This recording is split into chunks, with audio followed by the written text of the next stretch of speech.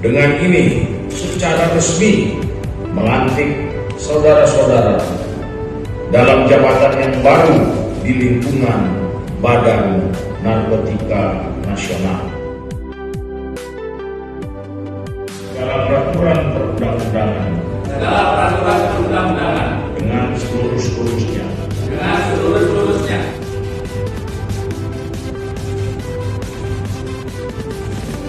Saya ucapkan selamat kepada saudara yang baru dilantik, Brigjen Pol Tantan Sulistiana, SH SIK sebagai Sekretaris Utama BNN dan Brigjen Pol Iwayan Sugiri, SH SIK MSI sebagai Deputi Pemberantasan BNN.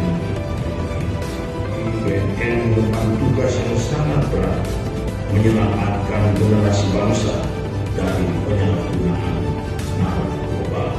Harapan saya kepada seluruh pegawai dan khususnya pejabat yang baru saja dilantik, mari bekerja dengan penuh semangat sehingga kita dapat terus menjaga kepercayaan masyarakat kepada BNN.